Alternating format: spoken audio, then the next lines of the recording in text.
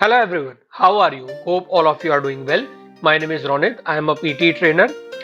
In today's session, we are going to talk about respond to a situation. Respond to a situation is a question type of PT speaking module. Previously, only in PT core variant this question type existed, but after the update of 7th August 2025, two new question types were added. First is summarize group discussion and second is respond to a situation. So now we are having respond to a situation in PT academic as well. Alright. So the question type that existed in PT core previously is now there in PT academic as well. So this lecture is useful for such students who are preparing for PT core and PT academic. Are you someone who is not conversational in English?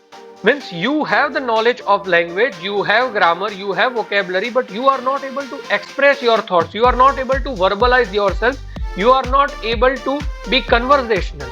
Then this session is for you. In PT respond to a situation, task is provided in two formats. First is text format, second is audio format. So text is already there on the screen. As soon as the question type appears, it will be visible and you won't even listen to the audio. Alright, this is how the task flow begins. Then after you have 20 seconds to prepare. After you are done listening to the audio and simultaneously reading the text that is there on the screen, then you have 20 seconds for preparation. Next, you have 40 seconds for providing your response. After 20 seconds get over, microphone opens and you need to provide response to the given prompt for 40 seconds. In this question type, the challenging part is any random prompt can come. Okay, and you need to come up with a response spontaneously. So this spontaneity is not something that everyone can manage. It is a challenging task because you need to have knowledge of formal English, you need to have vocabulary, you should have understanding of how to deal with the question type properly. Doesn't matter whatever nuance comes in front of you, there are a lot of things that are involved. Okay, so if you want to score 80 plus in this question type, then I suggest you watch this session till the end. Also keep a notebook by your side so that you can jot down important points. And without any further ado, now let's directly cut to the chase.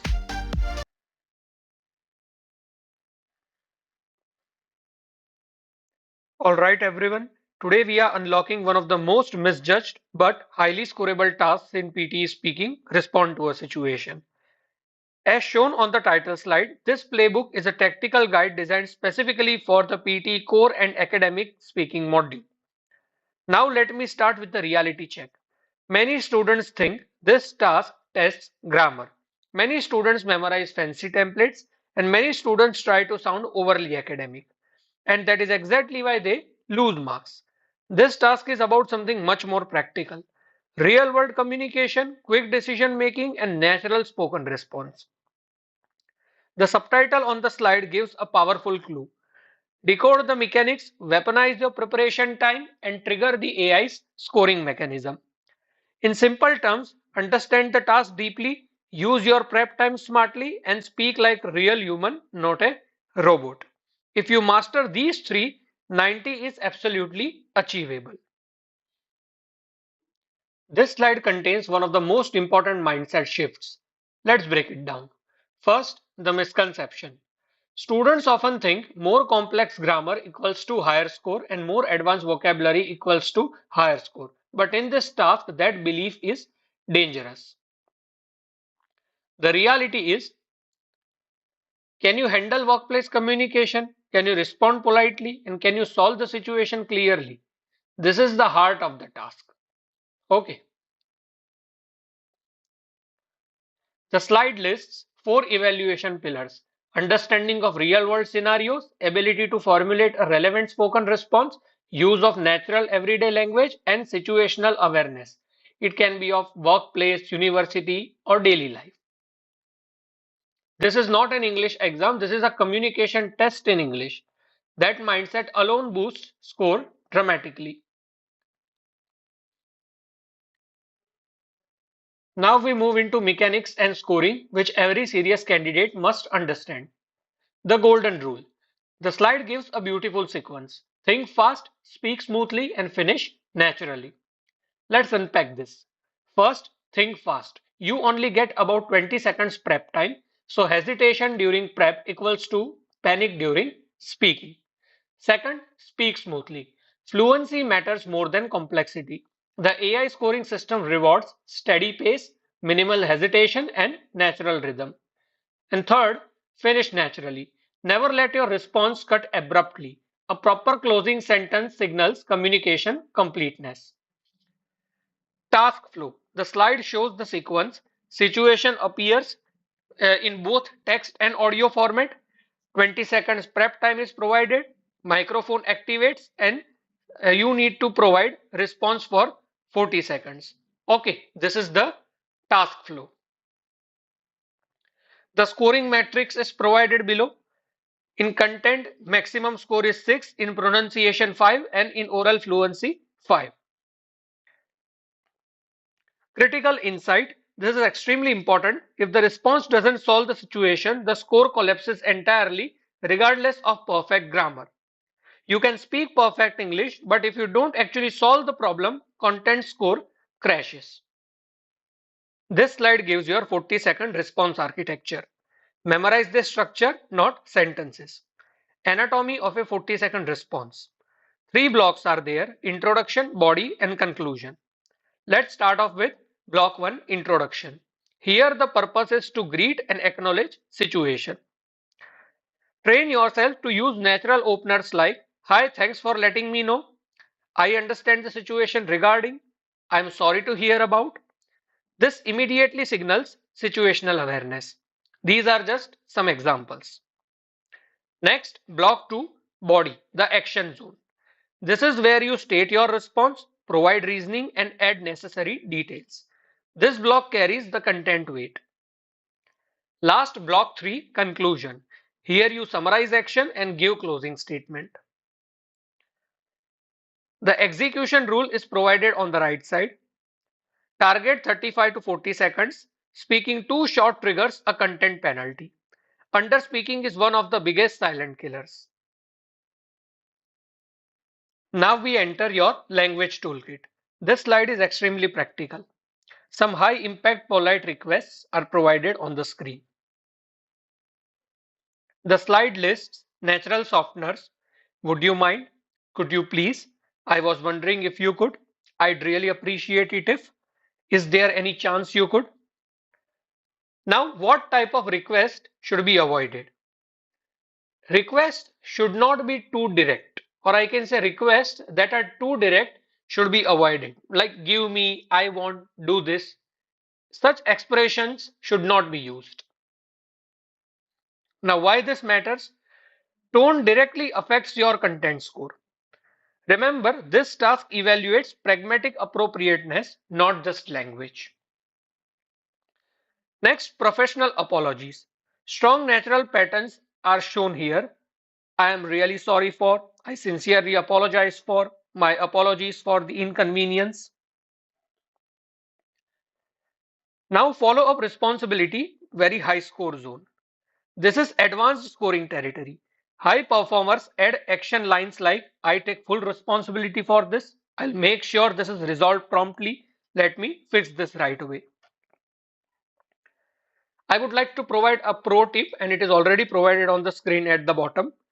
Always pair apology plus action. This is pure gold for scoring.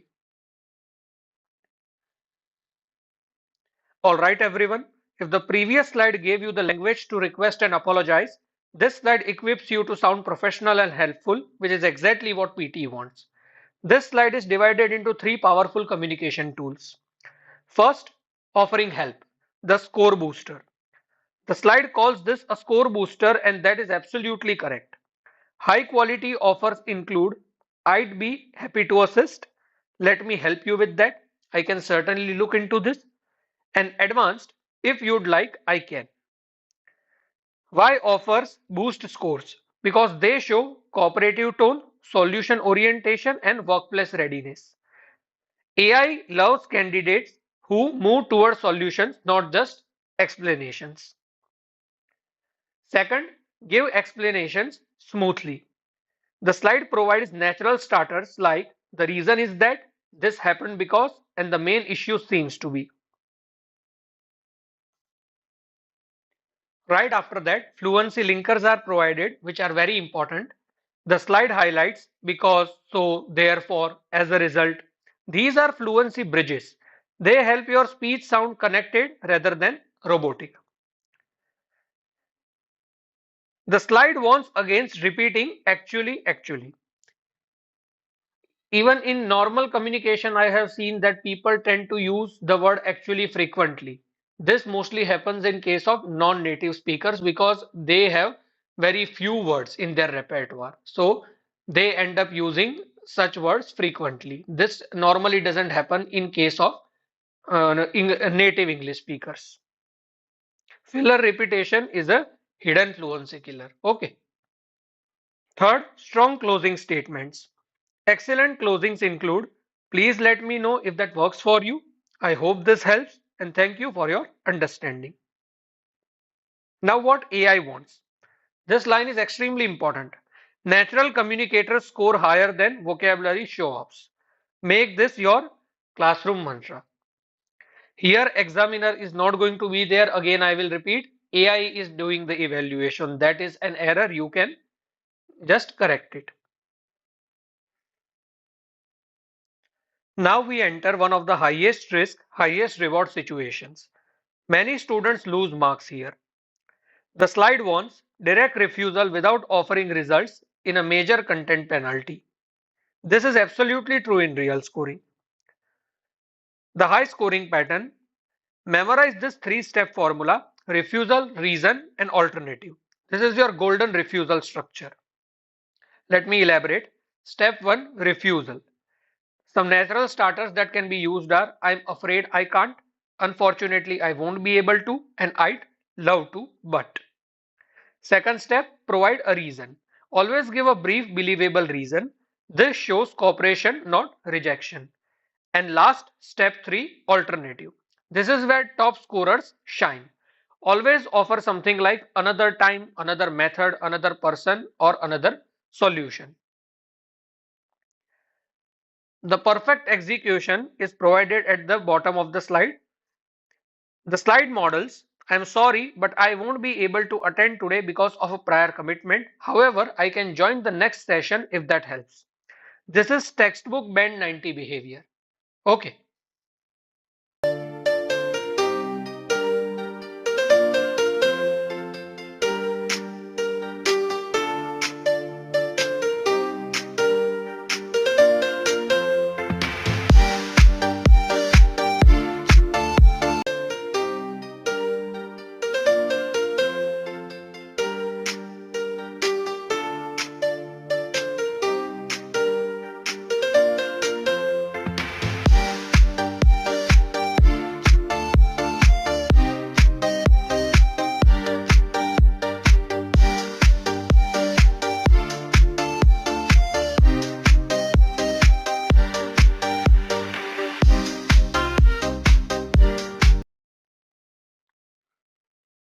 This slide is pure strategy gold. It tells students exactly what to think during the 20 seconds prep time. The one primary question during preparation, ask what type of situation is this? This single question determines your structure. Now let's decode each branch. If it is a refusal, you can use politeness, reason, and alternative. If it is providing instructions, you can use direct to support you, meaning clear answer, helpful explanation, and reassurance. If it is a complaint, you can use problem to solution. This is classic customer service logic. If it is a emotional or sensitive, you can use empathy, clarification, and action. This shows emotional intelligence. If it is a workplace update, you can use SAR, meaning situation, action, and result. An expert tip is provided at the bottom. This line is extremely powerful. Top performers don't memorize answers, they memorize structure, tone control, and decision speed. This is exactly how Band 90 candidates think. Now we move into two high frequency real exam scenarios. Approach A, SAR approach, situation, action and result. This is best for workplace updates, task progress and colleague coordination. In situation, you need to show understanding, in action, what you will do, and in result, reassurance. A template is provided below. I understand the situation regarding, then you can put the situation, then I will dash to address this. You need to provide action, and this should ensure, there you need to put reassurance. Why this structure scores high? Because it demonstrates logical thinking, professional tone, and task ownership. Next, approach B, politeness, reason, alternative. This is best for declining invitations, refusing help requests, and setting professional boundaries. Structure is polite refusal, reason, and alternative help. This directly connects back to slide 7. This slide covers two extremely common exam scenarios. First, approach C, direct supportive, best for giving directions, explaining procedures, and technical guidance. Let's talk about tone requirement. It should be clear, helpful, and step by step. Structure should be direct answer, supporting explanation, and reassurance. Template is provided at the bottom. You can do this by provide the direct answer. The process works because provide supporting explanation. If you face any issues, I'd be happy to help. This is the reassurance part. Let's move on to the next approach. Approach D, problem solution. This is best for wrong orders, service complaints, and product issues. The high score secret.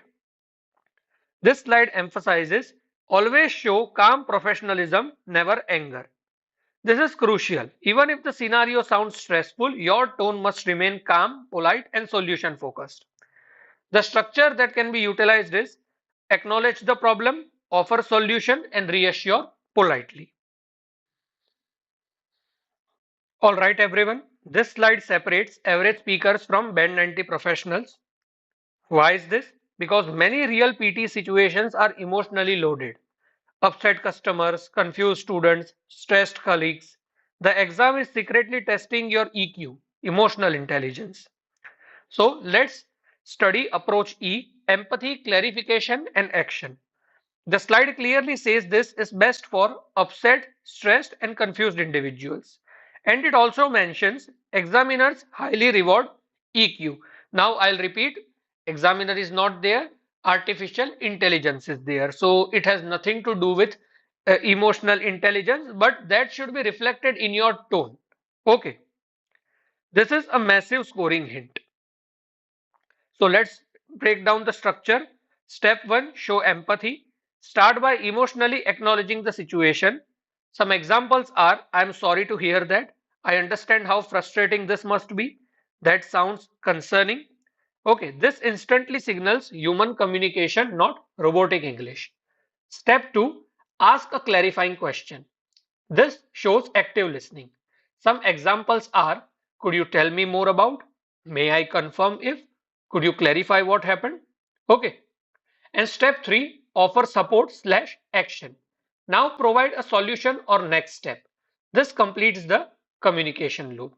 A template is provided at the bottom. I'm sorry to hear that. Now what are you going to do? Here first you will put the statement that shows empathy. Next, could you tell me more about? Now here you will ask a clarifying question. Okay, and I'd be happy to help by, here you will offer support or action. So this is approach E, empathy, clarification, action. Next, approach F, the emergency fallback. Now this is your panic proof safety net. Use this when you forget the structure, the prompt is confusing, or your mind goes blank. The fallback structure is acknowledge, general response, offer help, and positive closing. The hard truth is a fluent fallback answer can still score 70 to 80 plus. Blank or broken speech scores very low. So never freeze. Even a general but fluent response is far better than silence. Something is better than nothing, obviously. This slide reveals the secret of top scorers. Most students waste prep time. Top scorers microplan strategically. Phase 1 0 to 3 seconds. Your job is to identify the action word and required task. Ask quickly, am I refusing, explaining, apologizing, or giving instructions? This determines your structure. Phase 2 3 to 8 seconds. Now mentally decide action verb, audience, tone, and framework. The slide specifically mentions choosing frameworks like SAR, problem solution, etc. Structures we have previously discussed. Last phase, phase 3, 80 to 40 seconds. Now simply deliver smoothly. A critical warning I would like to provide. Do not write a script in your head. Map structural anchor points. Okay. Students who mentally script sentences hesitate, restart, and lose fluency. And students who map structure, they speak smoothly, adapt naturally, and sound professional. This is your danger awareness slide. These mistakes destroy scores even for fluent speakers. The slide lists 6 critical failures. First, misreading the prompt. If you misunderstand the situation, content score collapses. So always identify the action verb first. Second, wrong tone slash register. Examples given are using slang in professional setting and being overly formal with a friend. Remember the tone matching rule. Situation determines the tone. This is heavily tested in PT. Third, no clear structure. Rambling without start, middle, end equals to weak coherence. Fourth, missing the action step. This is huge. If you don't actually solve the problem, content drops heavily. Fifth, speaking too short. Under speaking triggers penalty. Target 35 to 40 seconds response. Sixth, direct unmitigated refusals. Now this connects back to slide 7. Never say just I can't. Always soften and offer alternative. Next, exam reality. It's not examiner reality, it's exam reality. That is just a typo. Even native level highly fluent speakers fail due to tone mistakes and lack of situational appropriateness. This is absolutely true. It is not fixed that if you are a native level English speaker, then you are going to score certainly high. It is not like that. This slide gives you execution commandments. The golden rules of execution. First, always acknowledge the situation politely. Never jump straight to action. Polite entry equals to high pragmatic score. Second, give a clear actionable response. Solve the problem explicitly. Third, use natural real world language. Remember, natural is greater than fancy. Fourth, speak for the full 35 to 40 seconds. Under speaking can hinder your score. Fifth, maintain a smooth, even rhythm. Avoid rushing, long pauses, and robotic pacing. Sixth, offer alternatives when refusing. Mandatory for high score. Seventh, end naturally. Never let recording cut mid sentence. Top scorers sound like the slide describes them as calm, helpful, solution oriented, polite, but confident. Now, what top scorers do not sound like? Overly formal, robotic, and slang heavy. Remember this. Now, this is the philosophy slide, and it is absolutely correct. First, let's talk about the losing mindset. The slide quotes I must use advanced vocabulary and perfect complex grammar. And it explains these candidates often lose points because they sound robotic, unnatural, and inappropriate. So, don't do this. Now, the winning mindset. The winning belief is I must sound natural, helpful, polite, and solve the situation clearly. Okay, so this task rewards appropriate communication, clear problem solving, professional tone, and fluent delivery, not linguistic gymnastics. Solve the problem, respect the situation, and speak like a real professional. The score will follow. Okay, I hope you enjoyed the session. Thank you.